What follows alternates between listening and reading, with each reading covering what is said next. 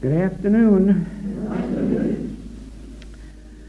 Our session today will be a little bit different than the others because the class having been completed, you now have the basic principles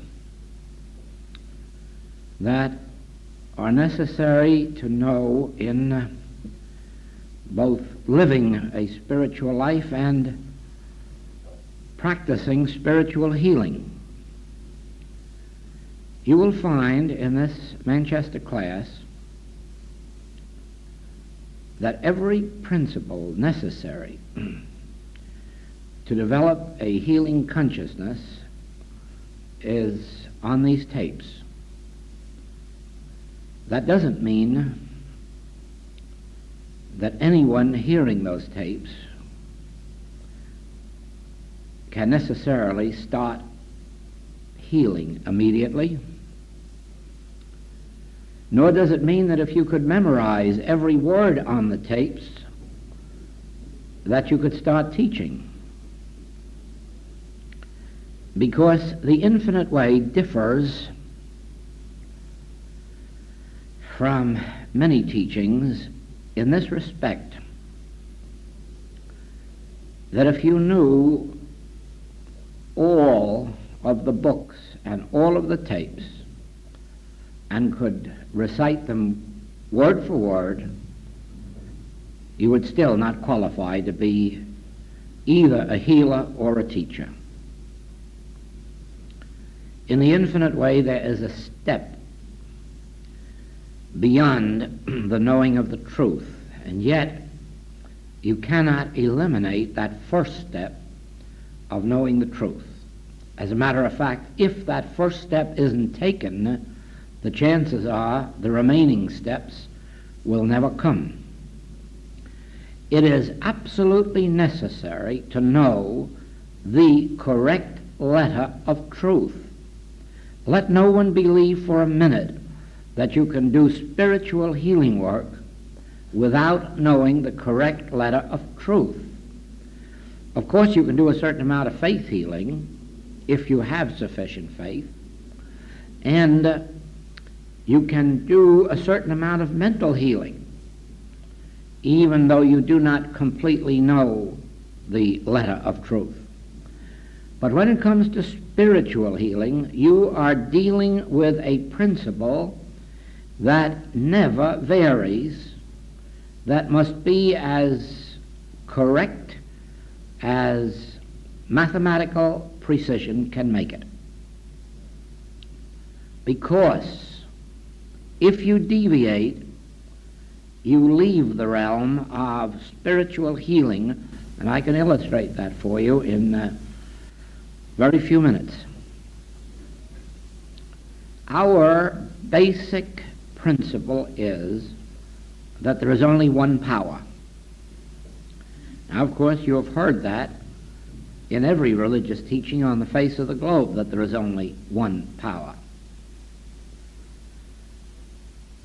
Even in the Old Testament, it says God is almighty. But then it also has a devil and Satan. Even in the New Testament, where Jesus has definitely said there is no power but God, you also have a devil and Satan. In other words, while we in our religious way sing hymns to Almighty God, we also give power to climate, to weather, to germs, to infection, to contagion, to heredity, to all of the things that have caused men's ills. There's nothing consistent about that, but then there's nothing consistent about religious beliefs.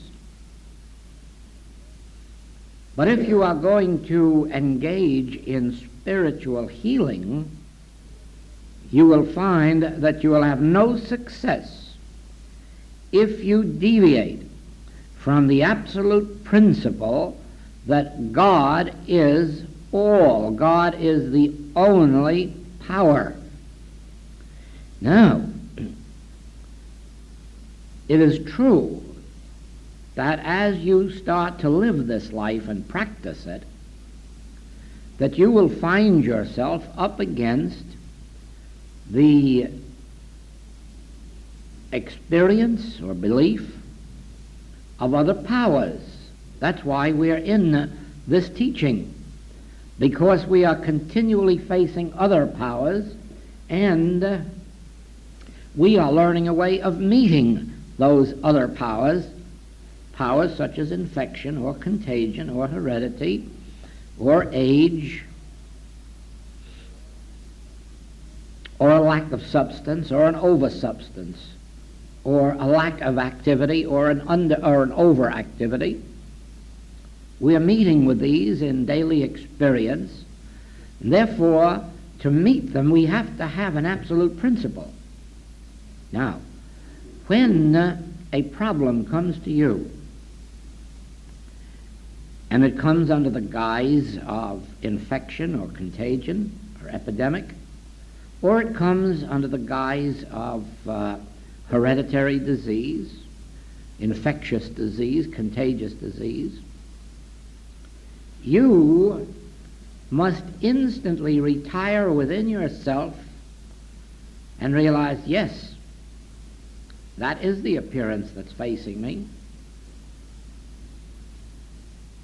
But truth reveals that God is the only power, the only cause, the only law.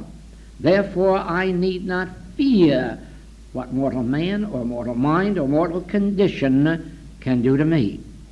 There is no power in effect. All power is in cause, and cause is always the invisible Spirit God.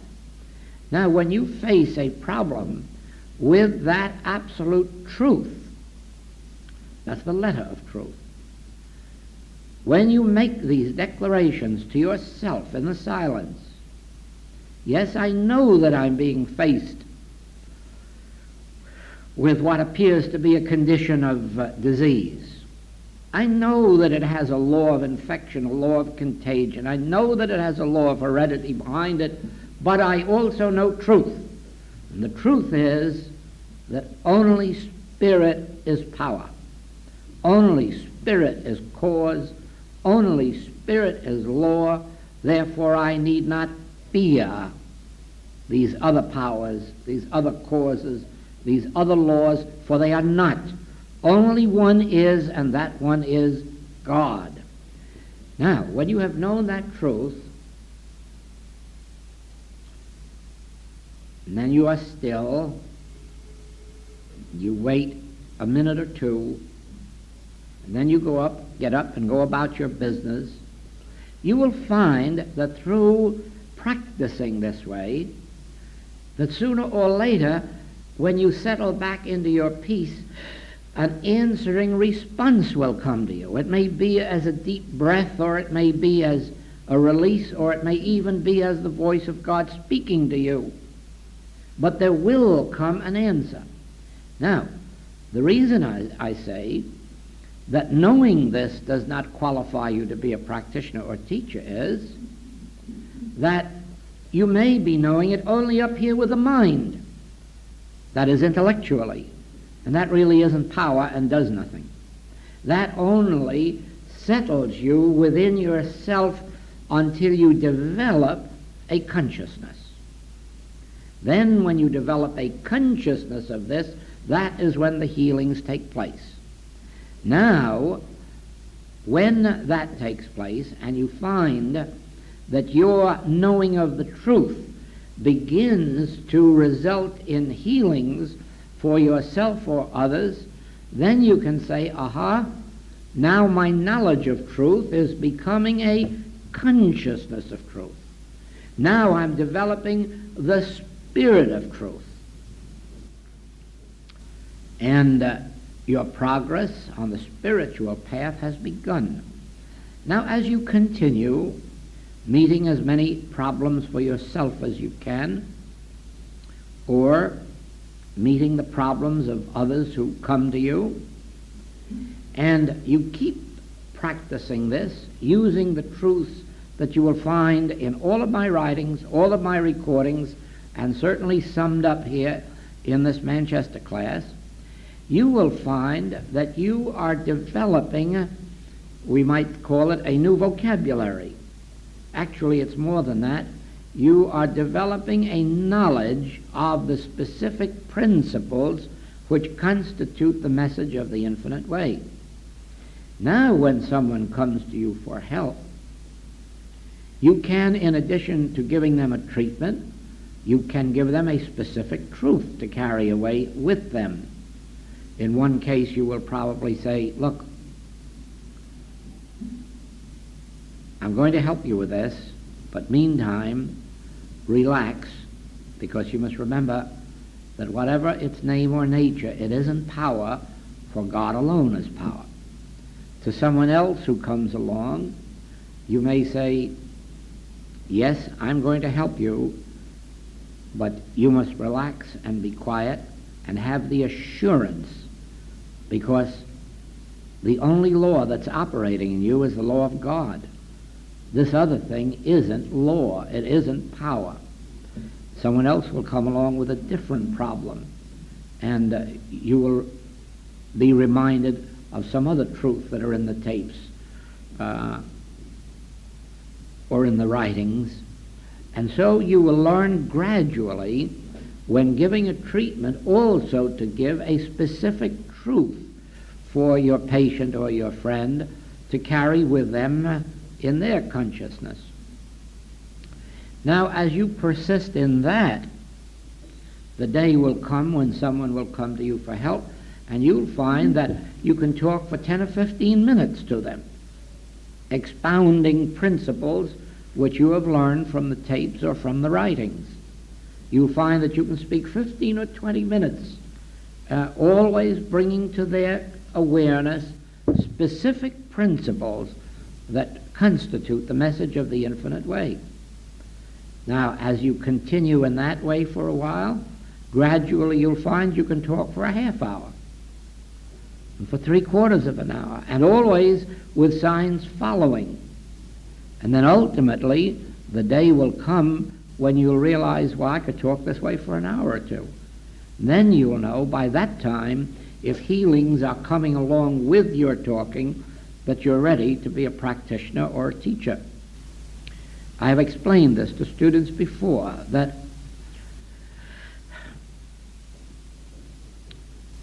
when I started healing work, I had the consciousness that healed, but I didn't know how to teach.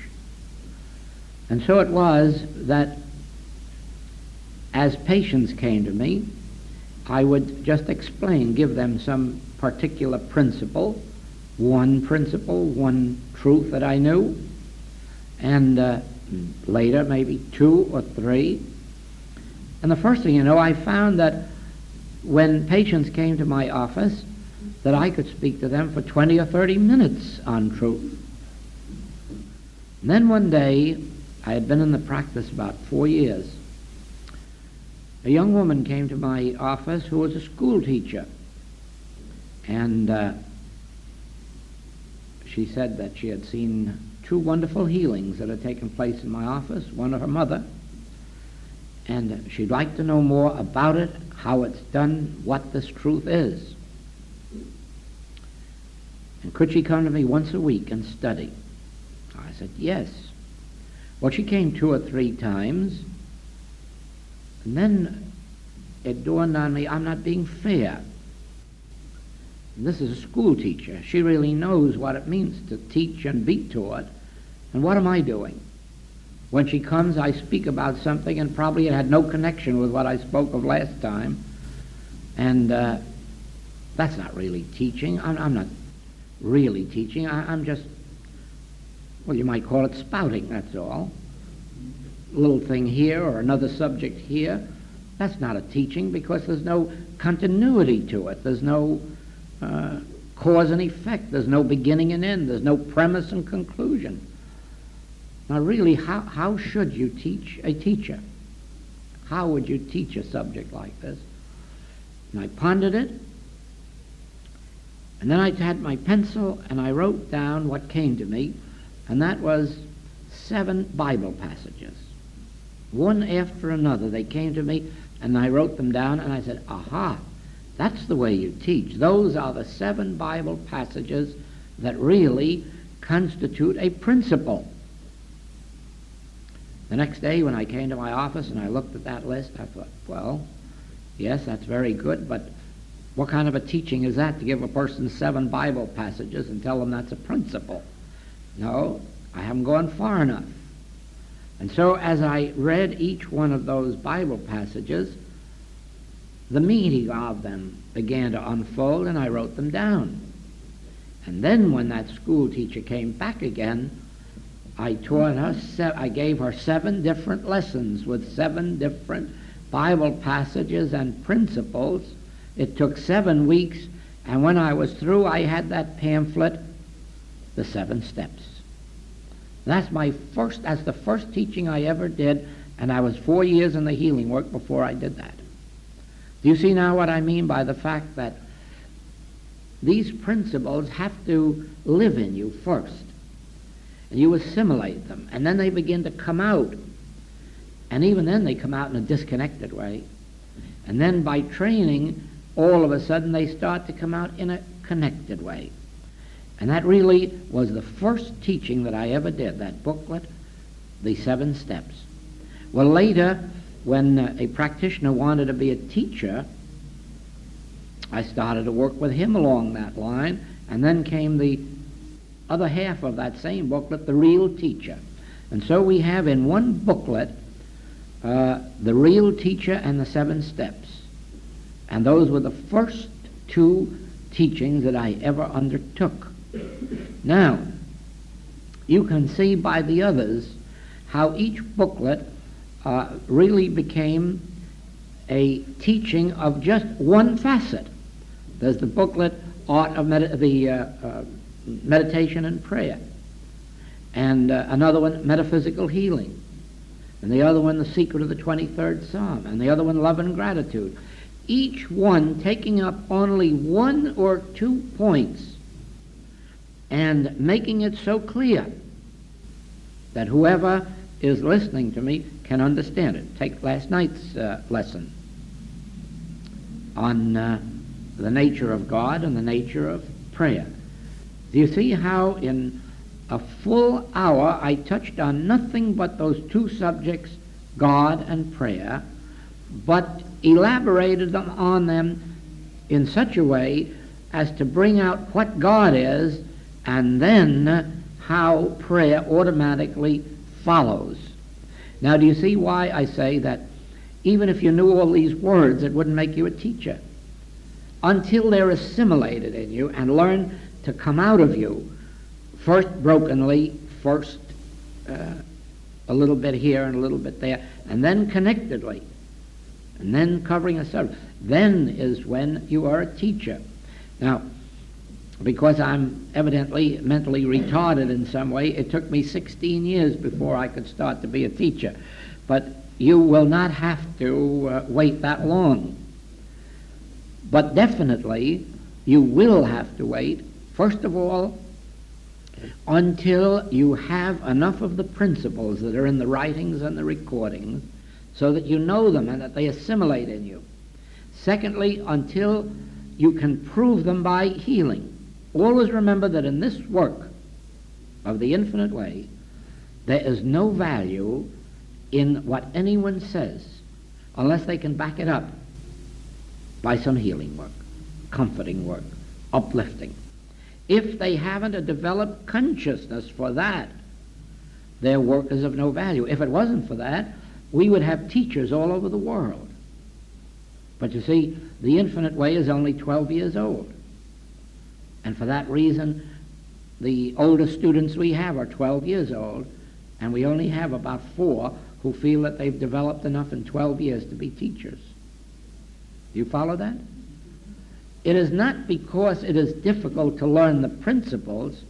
It is only because Learning the principles is only a step toward developing the consciousness. And it's the consciousness that counts. Do you see that? That's what counts. When you hear me speak, it isn't what I'm saying to you that produces the benefit in you or the uplift. It is the year's consciousness behind it. You see? That makes the difference. Now, it is for this reason that all over the world, when students come to me and say, I would like to teach, the first question I ask is, how well do you heal? And if they can say, oh, I'm a good healer, I'll take any case that comes along, then I say, then you're not ready to teach. If you like, you can start using the tape recorders and conduct tape recording meetings. And then as you live and move and have your being in these books and recordings, and people start to ask for help and you can give it, now you can consider that you're a practitioner. When the day comes that you can pour it back to them out of your own mouth, the way it comes out of the recording, then you're ready to be a teacher. Do you see that? Because actually, teaching is healing. And healing is teaching. They go absolutely together. But in our work, just to talk this thing and then not be able to back it up in any way is of no value at all. So I ask our students, bury yourselves in these books and recordings. Study them, know them.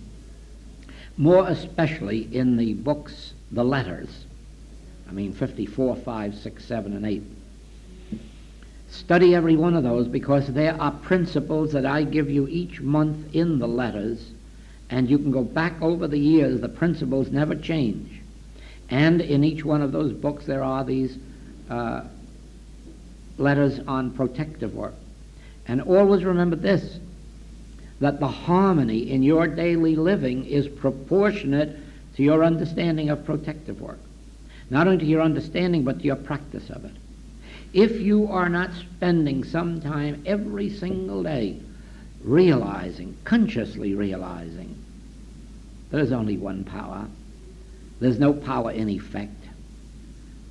The Spirit of God in me is the only power. The I within me is the only power. This I within me is my rock, my fortress, my security, my peace, my health, the very health of my countenance.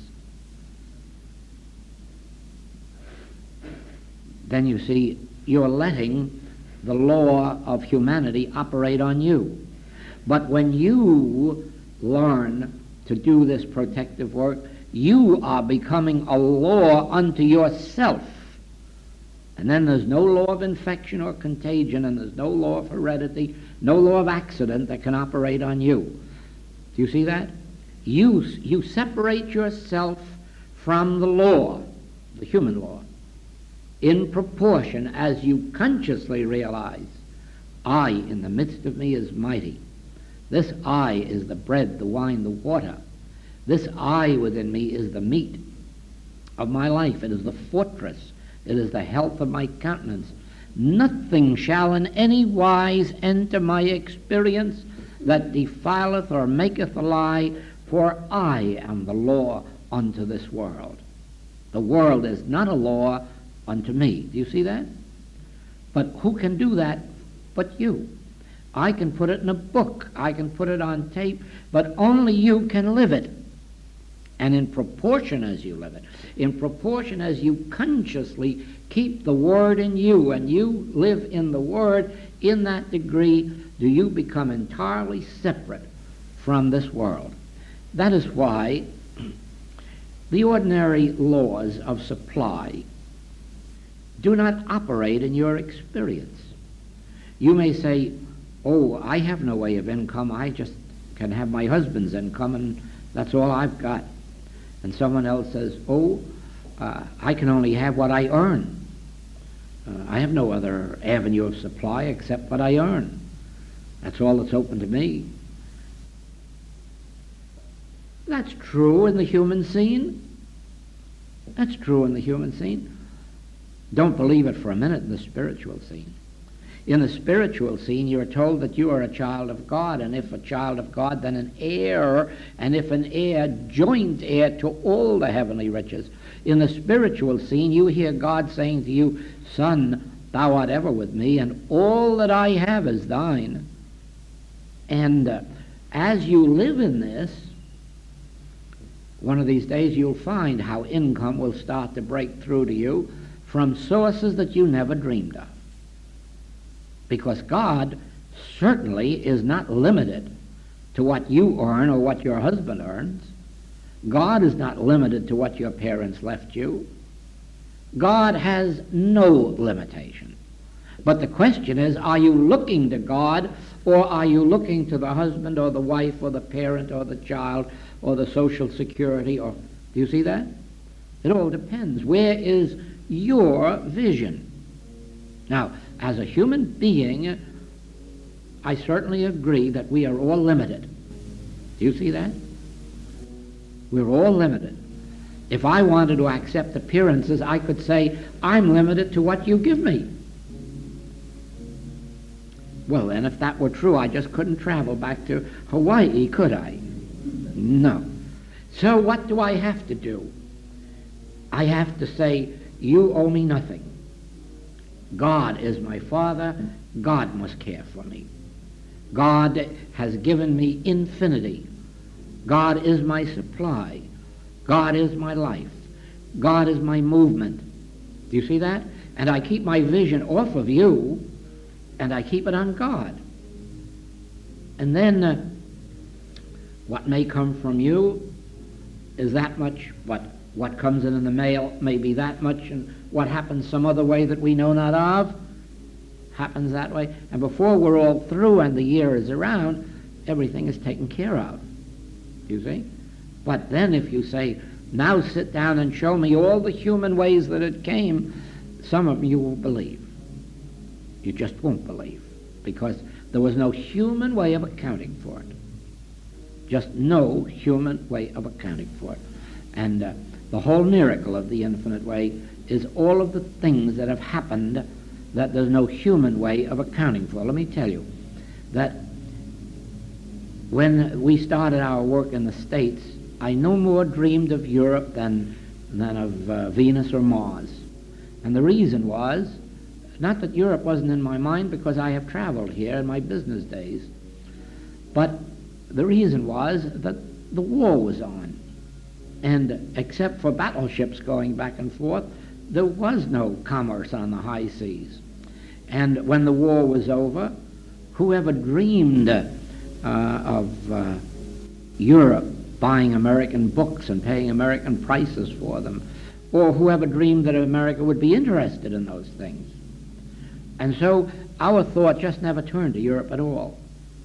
Well, a few of my friends had friends in Europe and sent a few books over, and one of these was a New Thought teacher. And she liked the Infinite Way so much that she sent a copy of it to Mr. Hamblin. And he liked it so much that he wrote an article called The Infinite Way. And in it, he said that this is a teaching we've waited 2,000 years for. He said, this is the original teaching of the Christ brought back to earth again. This is the long-awaited message. Well, you see what happened? Such a demand sprung up for the book that we began to send copies over as gifts, because England couldn't send money out, and they couldn't buy any, so we sent them over as gifts. Then as they got the Infinite Way and saw that there were other books, students would write and say, can't we have some of those other books? Well, we did. We sent others over as gifts. But the demand kept increasing until finally George Allen and Unwin wrote me a letter and said, could we publish a British edition of The Infinite Way because there's such a demand for it? Now, wouldn't you call that a miracle? Wouldn't you acknowledge that I had nothing to do with that I couldn't have done mental work about it, that I couldn't humanly have desired it, that I couldn't foresee that a man I never knew, a man I never heard of, never in my life heard his name or Science of Thought Review, would be so enthused that he would write such a wonderful article, and that out of that all of the rest of this would come.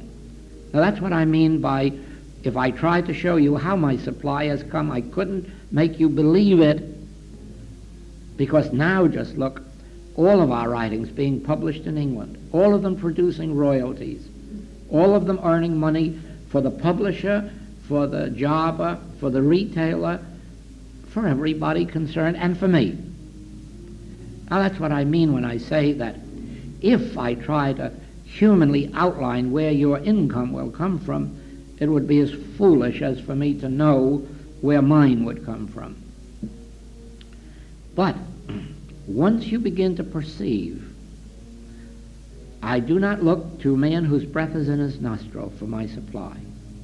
I accept it from whatever direction it comes, certainly with gratitude, but I don't look to anyone. I'm looking to the realization that God within me is my meat, my mind, my wine, my water, my resurrection, my whole life eternal, and that it's not dependent on anything external or anybody external to myself.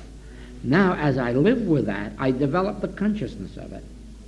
If you went out of here and just said, oh, that settles it, my supply is unlimited, you cannot prove it.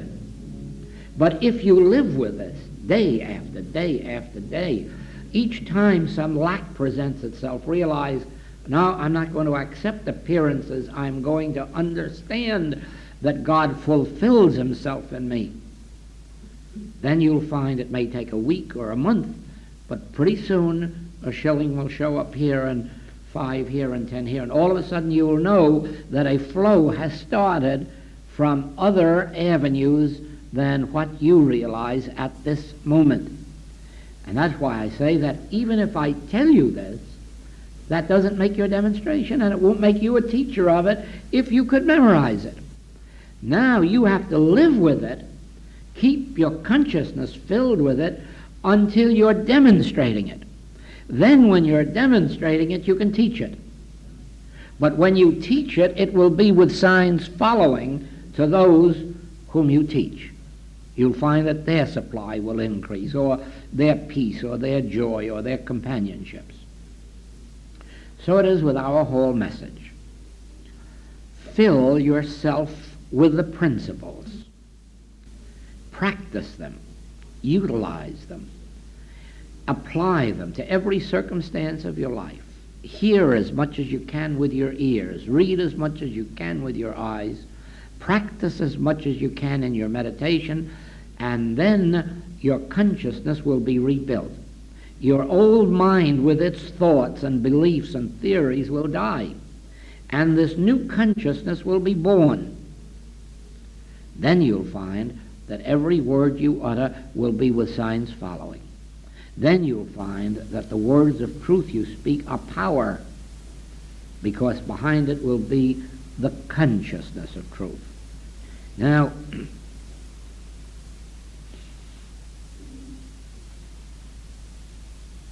as you know, we do not put stock in numbers.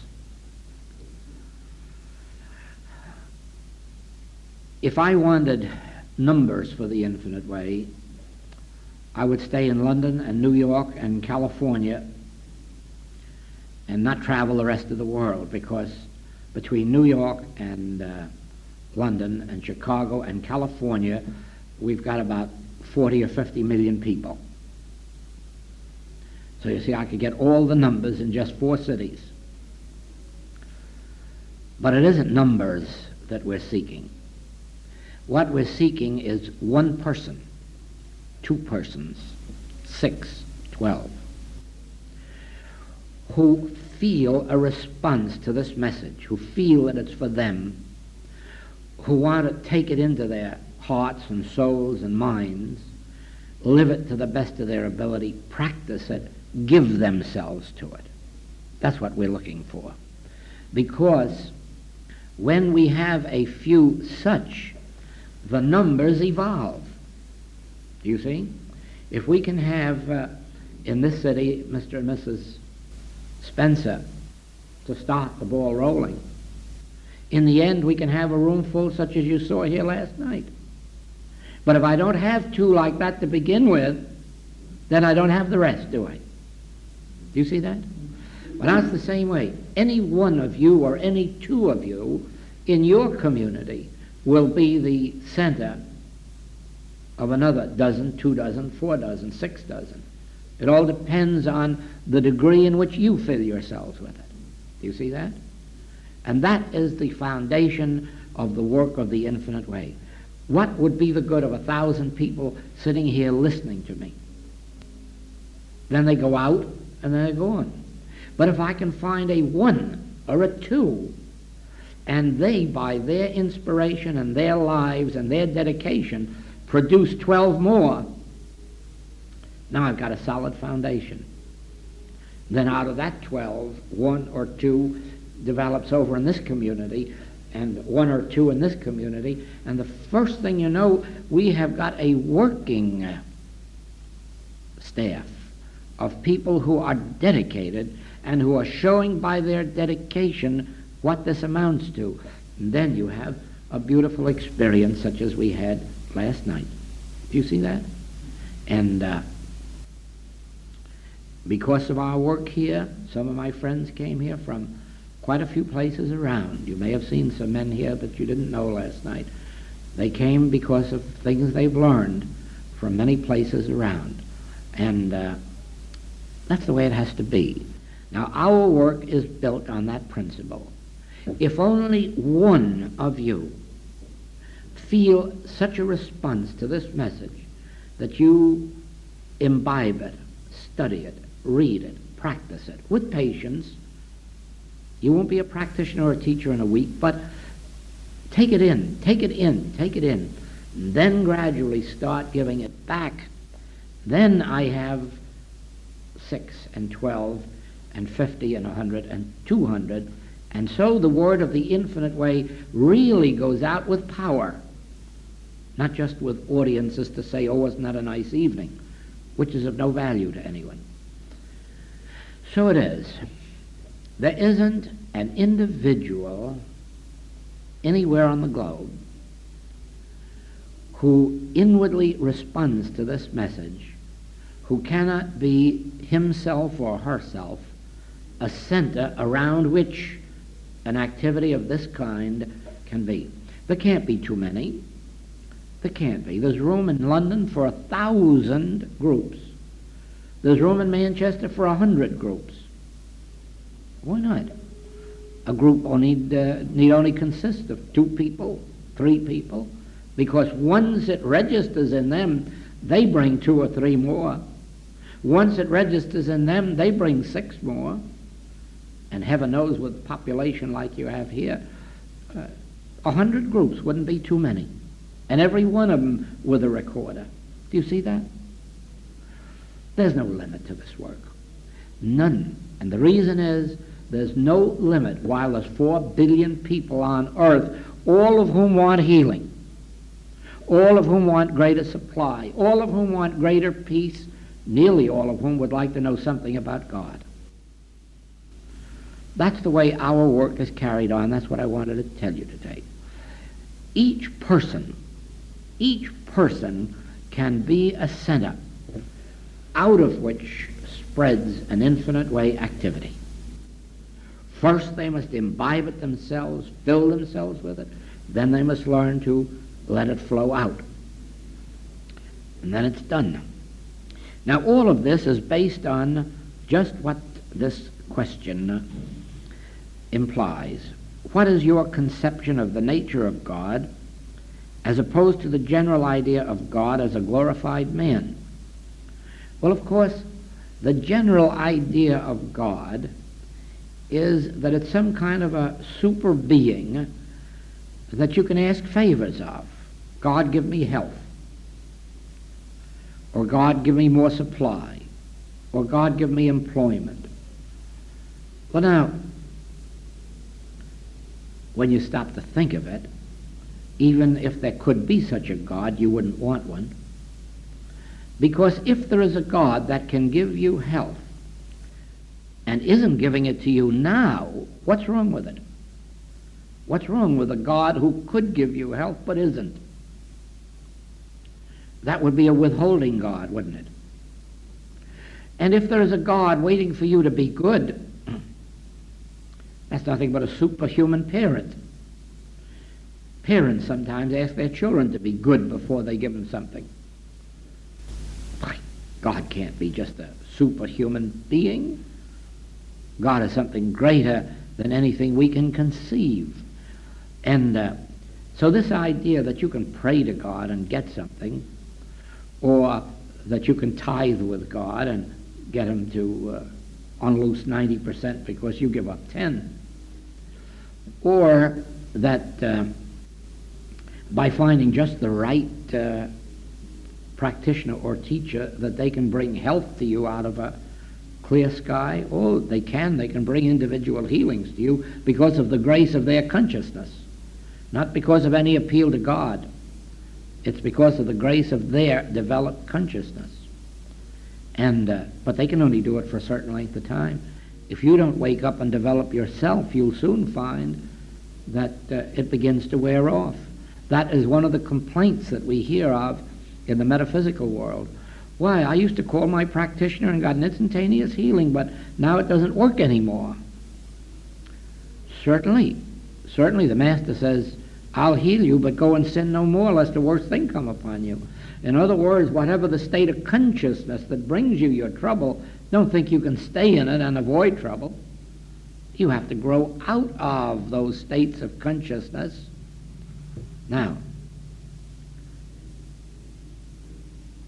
any idea then that God is something that can be prayed to for favors, whether physical, mental, moral, or financial, or that God is withholding something until you just find the right church or the right teaching or the right teacher, all of that has really nothing to do with truth. Those are superstitions that began back in the beginning of time, when men first found that they could not meet the human problems that faced them.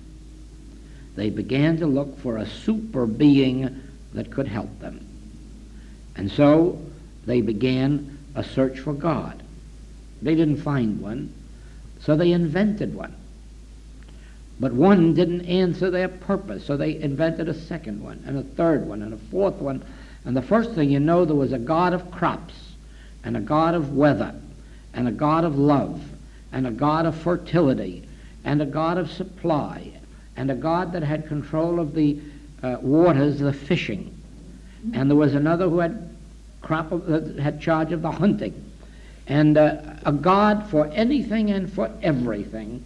And you just turn to whichever God for whatever favor you wanted. Well, the day came when in India it was realized that all such concepts were erroneous, that actually there was only one God.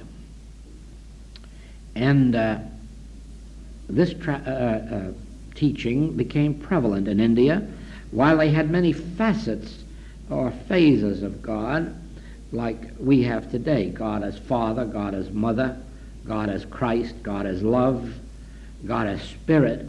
So did they. But they pictured them all in different forms, and so it has been thought that Hindus are paganistic and have many gods. They don't. They only have one God. But just as we do, they will say God is love, and then they'll make a statue of love. And they'll say God is life, and then they'll have another statue showing life. And they will say that, God is Father, and so they'll have a male statue. God is Mother, and they'll have a female statue. But actually, these are just showing forth the different facets or phases of God, of the one God. Now, this teaching spread from India to Egypt. And it's quite a story there of how the king Melteth IV adopted it and insisted that it be followed in his kingdom, and he ordered all of the statues of the many gods destroyed, and only the one God could be worshipped.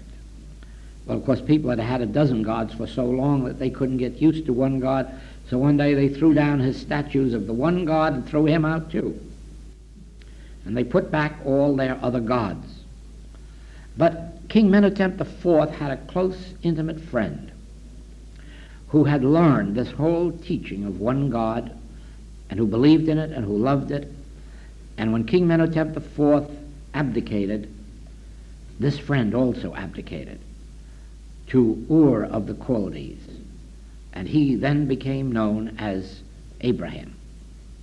And he became the founder of the Hebrew race, the first man in our Western world, or Near East, to found a religious teaching on one God. Well, of course, the Hebrews had just as much difficulty as the Egyptians did in sticking to one God. And so while they had Abraham, they probably did stay with the one God. But pretty soon they wandered around with Baal and all the other neighboring gods.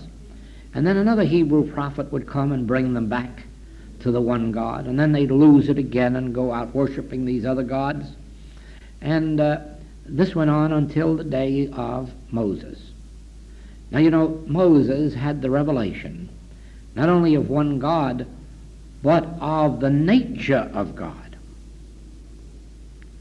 To Moses it was revealed that I am is God, the very I am of my being. Not off here in the clouds, not out here to be prayed to, here, within me. I am. This is God. And you know, that revelation was so great that it enabled him to be the leader of the Hebrew people and lead them out of slavery. Well, from then on, and up until the time of Jesus, the Hebrew people wandered in and out of that one God, back and forth to the many gods and one God and many gods. And they had the ups and downs of their faithlessness. As ye sow, so shall ye reap. Until Jesus came and reinstated not only, of course the Hebrews in their temple never deviated from the fact that there was one God, but just think of what a concept they had of God, that you could tithe your income and please God, that you could sacrifice animals and please God, that you could have doves killed and please God and get blessings for yourself. Think of that concept of God. Yes, they had one God, but what a horrible one. Do you see that? They too were going to God for favors. And how did they get those favors? By observing holidays, by sacrificing animals, by sacrificing doves, by tithing with the church. Oh, they did everything in their power to get God to do things for them. And Jesus came along and he shocked that world. He said, God has no pleasure in your sacrifices. He turned over the money changers. God has no pleasure in these sacrifices and in this money changing. He shocked them more later. He said, no more shall you worship in this holy temple in Jerusalem. You must worship in spirit and in truth.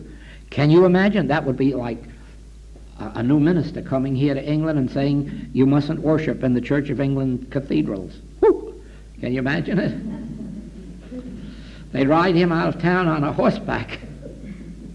But that's what Jesus did with the greatest cathedral of them all, the greatest temple that was ever built up to that time, the one that the Jews were so passionately fond of that they traveled the whole length of the Holy Lands every year to worship in that temple so that their sins would be forgiven and they could bribe their God to do favors for next year. And here's this man saying, no more shall you worship there, but in spirit and in truth. Now this changes your whole concept of God, because now you've got no more God that you can go to a temple and pray to. You've got no more God that you can bribe with your tithing or with your sacrifices. or with sackcloth and ashes, or by observing Christmas holidays or Easter holidays or other holidays in the year. No more can you satisfy God with those things. Now what are you going to do? And you know what they answered? He's taken our Lord away. He's taken our Lord away. Yes, he did. He took that old false concept of God away from them. He surely did. But he gave them another God. A God who knows your need before you do. So you don't have to tell him. A God whose pleasure it is to give you the kingdom, so you don't have to ask him. And you don't have to bribe him, and you don't have to sacrifice for him, and you don't have to become an ascetic for him. You just have to be normal, love this God who lives your life by grace, and love your neighbor as yourself in the recognition that everybody on this face of the earth is the child of that same God.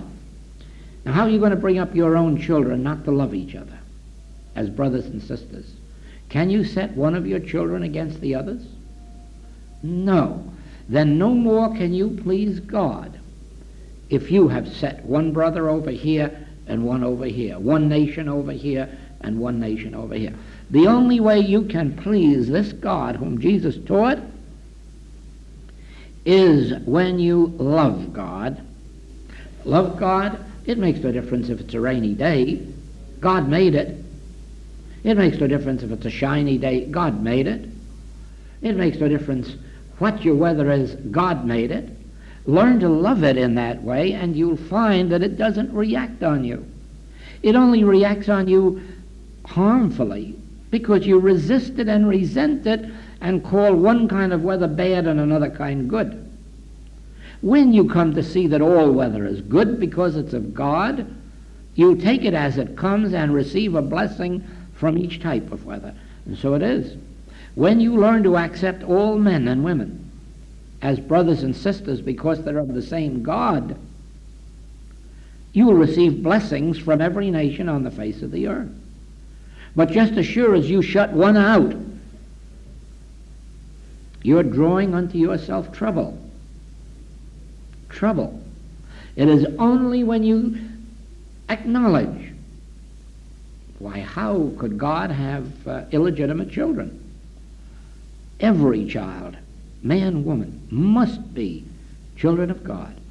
Now you are loving your neighbor as yourself. Do you see that? And you're loving God supremely because you're not accusing God of having a bastard child over here or a bastard nation over here, or ill will toward this one and ill will toward that one. You're loving God supremely when you see that God's grace falls on the just and the unjust, that the sunshine is available for the good and the bad. The rain is available for the good and the bad. The cattle on 1,000 hills are available for white and black and Jew and Gentile. Do you see that?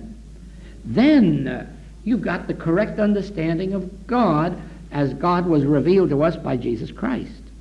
Do you see that? Then you will know why Paul was able to say circumcision or uncircumcision availeth nothing. Now, you probably don't realize the magnitude of that statement.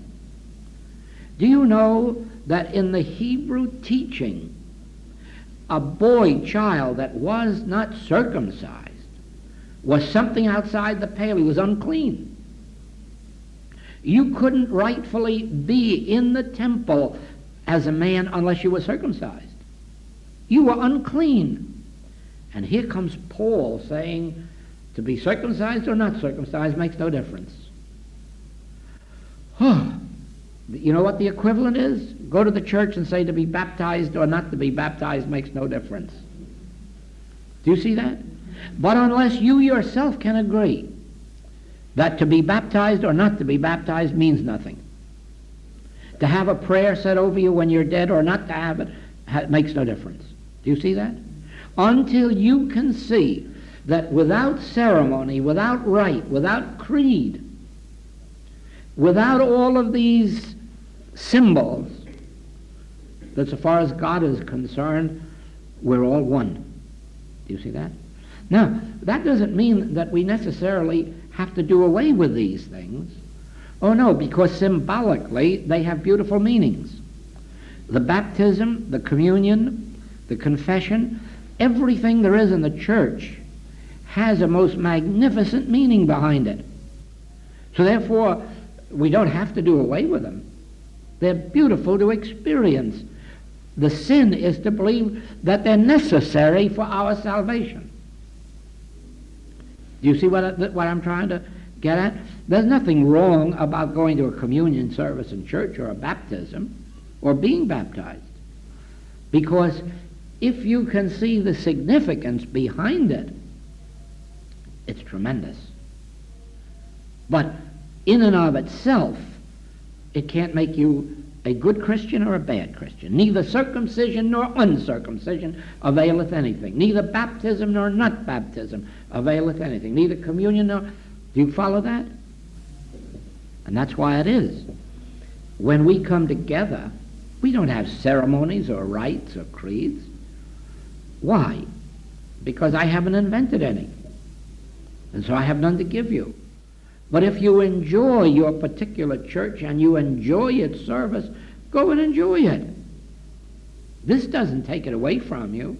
This only tries to impress on you that it has no power toward your salvation, for you need nothing but that which you already have, the love of God. God loves you supremely. God made you in its own image and likeness. God will maintain you and sustain you if you'll just relax from trying to get it by might or by power. If you'll just relax and let it come by the Spirit. Do you see that? Now, having said that, anything you want and anything you can enjoy in the outer realm. I am one of those who loves all forms of symbology. That is why I am interested and active in this esoteric masonry. For the simple reason that it explains all of the wonderful degrees and ceremonies behind masonry, the lessons. And I love all that. And the same way, I really love the story of baptisms and of communion and of all of these church rites, not for the ceremony's sake, but if you only knew what is in back of it, you'd see how wonderful it really can be. It's the same way I've brought this out in classes about ordination. Now, you know, if a man goes to a seminary for a certain amount of years, he's ordained as a priest. What does that mean? It means he gets a diploma and an authority to be a priest or a minister. But do you really think that that ordains him? No, because that wasn't the meaning of ordaining. The meaning of ordination Jesus gave in Isaiah. The Spirit of the Lord God is upon me, and I am ordained. Ah, see how beautiful ordination is. See how stupid it is when it's done on a platform with a diploma. Do you see that? We have the same thing in metaphysics. I don't give any degrees. I don't give any titles. I don't give any diplomas. Why? They're meaningless. If you haven't attained the consciousness, then I'm fooling you by giving you a degree. But if you have attained the consciousness, you don't need the degree. Do you see that? Once God ordains you, you don't need any diplomas from me. Who could stop you from healing? See that? Even the law couldn't stop you from healing if you are once ordained of God. Follow that? But the law cannot ordain you. And if it gave you a dozen diplomas, could you go out and heal with them? No. And that's the meaning of symbology. That is why communion means the ability to commune with God. Now, when we meditate together, we are in communion. But we don't call it a communion service, but it is communion. We are in communion with God and with each other.